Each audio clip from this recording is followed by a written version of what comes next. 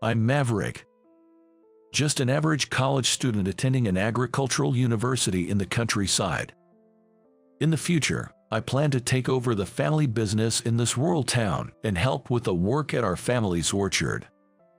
I never really had a dream for the future, nor did I want to do anything in particular, and unlike the locals, I have no desire to yearn for the glittering city. Since I was young, I've been familiar with nature and have harbored a genuine interest and curiosity in plants and agriculture. Maverick, could you come here for a moment? Yes, Karen. You can call me Mom, you know. It's been 2 years since you came to this house. We're family, right? Yeah, sorry. It's just habit. I'm not blood related to my current family. Born in a small farming village, I lost my parents 2 years ago. It's an event from that day I'd rather not remember.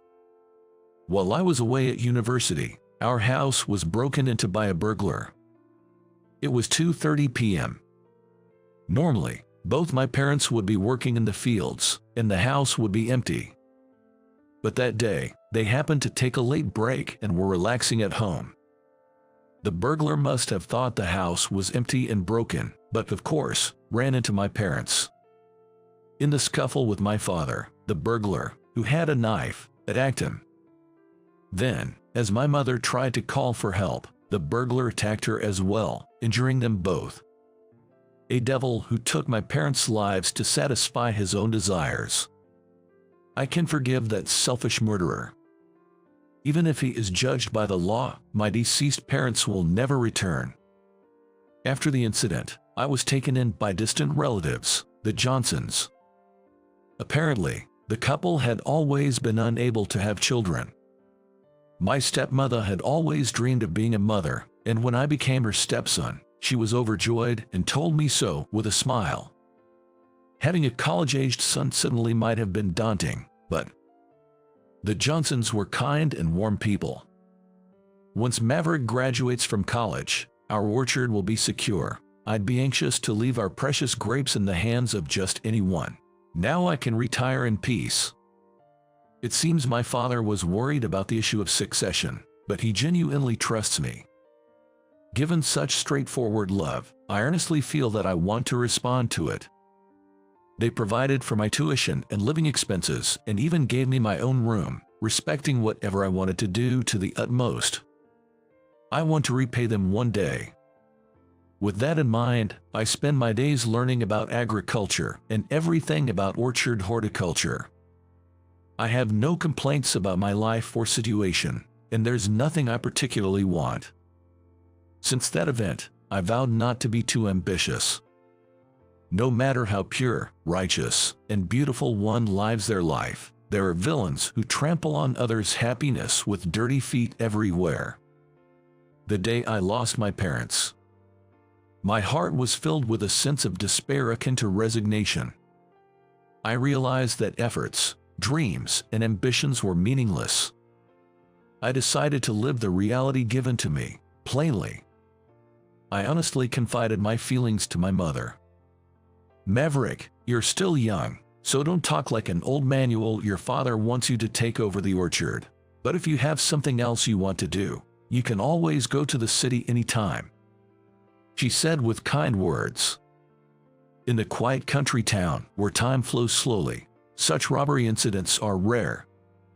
If there's a problem happening now, it would be the issue with Tyler. You know, I heard that Tyler's front yard is a mountain of trash again. Recently, the garbage has even piled up on a sidewalk, and it's becoming a problem in the neighborhood. Good grief. Not again. We just cleaned it up last month. One day on a weekend.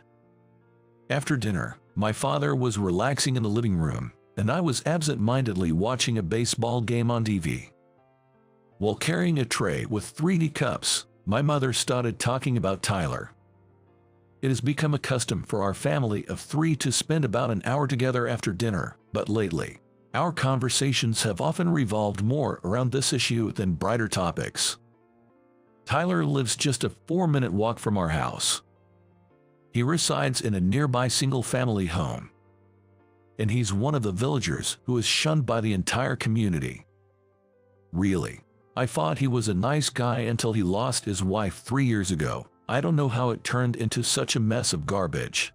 With a mountain of trash in front of his house, the inside must be even worse. It's near our orchard, and there are customers around. So I wish he'd at least clean up the garbage spilling onto the sidewalk. Mom sighed deeply, and my father folded his newspaper in exasperation. Tyler's house is known in the neighborhood as a trash hoarder's house. The trash had piled up so much that it obstructed the passage. So a month ago, volunteers from the village gathered and removed all the garbage with a contracted company, but recently the scattering started again. It seems he's begun leaving his indoor trash bags outside, and the sidewalk is getting buried in garbage again. Despite Mom's involvement in the volunteer garbage disposal effort, it all seems to have been in vain. The neighbors are planning another cleanup mid-next month, but leaving it like that until then is problematic. We want to move at least some of the trash to the collection site. It's disheartening to see that mess. The smell is so bad it could twist your nose. Maverick, could you help your mom with the cleanup?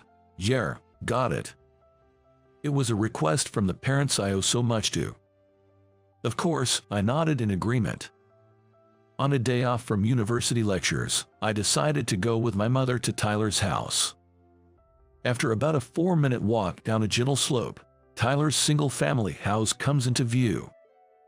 The house appears as a normal 2-story dwelling, but it's surrounded by mountains of trash bags, including recyclables like magazines, books, and newspapers, as well as larger items like bicycles and appliances. If we were to clean it all up, carrying the trash to the collection site would be quite a task.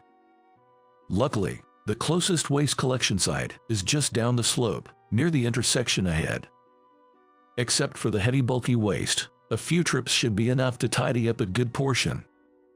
Normally, taking out the trash on designated days isn't too much of an effort for most people. Yet, for some reason, Tyler keeps accumulating garbage quickly. It seems he doesn't have the mindset to throw things away. You again. Don't come near my house. I kept my promise a month ago and got rid of only the unnecessary stuff. I won't forgive you if you touch my things again. Tyler, yes, I understand. We won't throw away anything necessary. Can we just clear the bags spilling onto the sidewalk? For the people who pass by. Mom smiled kindly and spoke to Tyler, who had appeared at his house. To clean up, it seems we first need to persuade Tyler. Tyler emerged from his house wearing a yellowed tank top and loose pants.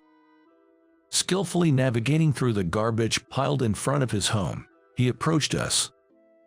Just standing here felt nauseating due to the stench, and the smell was so bad it was giving me a headache. But Mom maintained her smile even in this situation. Just a little bit is fine. You can keep everything inside and in front of your house. Can we just clean up the bags on the sidewalk? For the sake of people walking by, don't treat my belongings like trash, you damn hag. Please, don't talk like that. Stop it, please. Tyler, ignoring Mom's suggestion, yelled and threw a plastic garbage bag at her. I instinctively stepped in front of Mom and deflected the garbage bag. What the hell, kid? Are you in the way too? Maverick, it's okay, I'm fine. If they are so important to you, don't throw them at people. Do you have any idea how much trouble you're causing others? I found myself stepping between Mom and Tyler, raising my voice in the heat of the moment. I was surprised at my own reaction, unable to control it. Tyler's incredibly selfish behavior triggered my past traumas. A person who hurts others and attacks without remorse to get their way. My anger, even after 2 years, hasn't faded. It still smolders within me. Shut up, leave. This is my house. Don't you dare take my things. Filthy thieves. Tyler lost control and started hurling garbage bags one after another. Among the trash are small appliances and fragile items. If hit in the wrong spot, they could cause serious injury. I'm not confident I could stay calm if something were to happen to my mother. I stepped back from the sidewalk, shielding my mother. It's impossible to persuade him like this. Let's go back home for now. Why the heck? Why not just dispose of his trash without his permission? As I vented my frustration on the way back home, my mother gently patted my shoulder. I'm happy you protected me, Maverick, but if we forcefully clean up against his will, he'll never change. It wouldn't solve the root problem. It'd just be a temporary fix like last month, only for the same thing to happen again. That might be true, but I understand what my mother means, but I can't imagine that a man as wild and uncommunicative as a beast would be open to persuasion. Tyler is a pitiable man. Really. How? He just looks like a selfish old man living in a trash house to me. After discussing and deciding to take some time before trying to persuade him again, we returned to the living room. As my mother arranged the small plates of snacks and teacups on the table, she began to explain Tyler's circumstances bit by bit. It seems Tyler was devoted to his wife, who has passed away. Originally a misanthrope and unfriendly, he seldom interacted with neighbors, but his affectionate relationship with his wife was often noticed. Apparently, Tyler has a son, but they've been estranged for over 10 years, and the son hasn't come home. After losing his only family, he started hoarding trash like that. Hearing her talk, I could feel some sympathy. He lost his beloved wife and is almost estranged from his son. Perhaps his loneliness drove him to madness. But that doesn't justify causing trouble for unrelated people and you, Mom. I can't easily forgive Tyler for that. Maverick, with a hint of sadness in her eyes, my mother looked at me and murmured, "Indeed." Even after that, she didn't give up on reconciling with Tyler. So, after my morning college classes ended, I agreed to accompany her again to persuade him. As usual, a foul stench lingered in front of Tyler's house, and the sight of garbage piled up like a wall was overwhelming, even though I had seen it before. It's no wonder people avoid getting close. "Ah, Mom, are you okay?" My mother stumbled over a garbage bag on the sidewalk, nearly falling, so I quickly grabbed her arm to support her. Beyond anger, a sense of resignation and sorrow welled up in me due to the difficulty pedestrians faced walking on the path.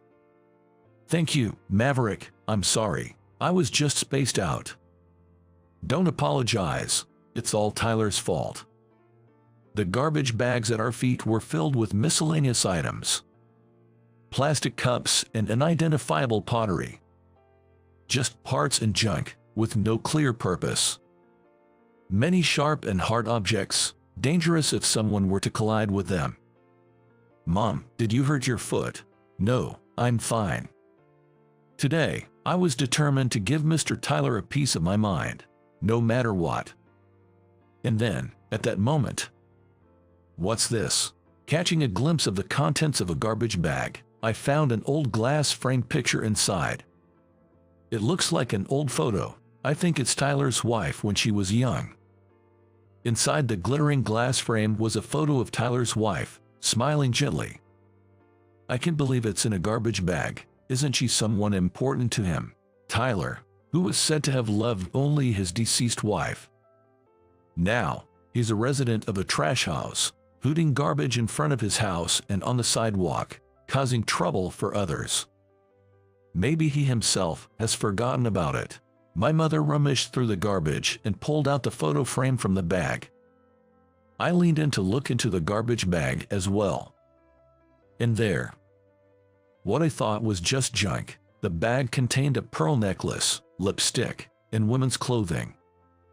These shouldn't be just thrown on the roadside. I'll have a word with Tyler about this. Yes, we should give these to Tyler, for his wife's sake. My mother and I collected the bag filled with Tyler's wife's belongings and stood in front of his house. "You again. Enough is enough. If you keep lurking around my house and throwing away my important things, I won't let you off easy." Noticing us, Tyler came out, pushing through the garbage towards the gate. I presented the garbage bag we had picked up earlier. "This is important to you. Then it should be kept inside the house, not left on the sidewalk. You can't complain if it gets collected." "Shut up. It's just outside temporarily because there's no room inside." Tyler seemed to feel no guilt about leaving his personal belongings in a public space. He even argued that he was right, and anyone who disposed of his things was the criminal. Barely containing my anger, I turned to Tyler and said, "Look closely inside the bag." "What, Susan?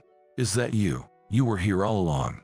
As soon as he noticed the photo in the bag, Tyler's expression and tone changed drastically.